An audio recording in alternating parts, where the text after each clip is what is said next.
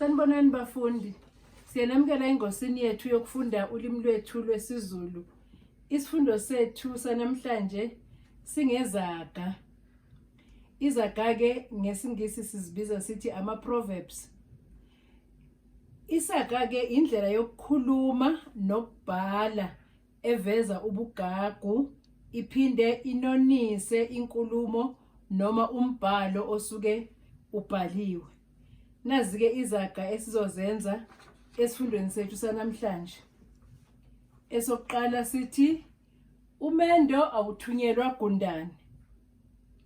Lesaga ke sisho ukuthi intombazane kayize ingaqonda ukuthi iyophatheka kanjani emendweni lapho iyogana khona. Bese kuthiwa ke umendo awuthunyelwa gundane. Esesibili sithi umendo ngumkhumulansika. Lapho ke kusuke kushiwo entombazaneni ebikade iliqhalaqhala lapho isivovekile emendweni. Kuthiwe ke umendo umkhumulansika, usevovekile lo okade eyiqhalaqhala. Esesithathu uyofika kwamkhathali isidwaba siyokuhaqa. Lesi ke sisho ukuthi noma uliqhalaqhala nje uyokuqeda inkani umendo.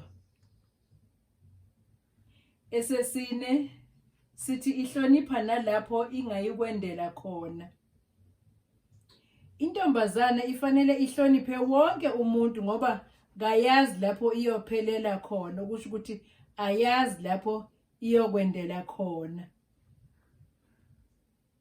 Esesihlanu umkhwenyana yisigodo sokuxebula. Lokhu kusho ukuthi abasekhweni yilapho bezikhalela khona kumkhwenyana uma bexakekile, okusho ukuthi badamane bexebula nje kumkhwenyana. Esesithupha ukuwa kwendlu ukuvuka kwenye.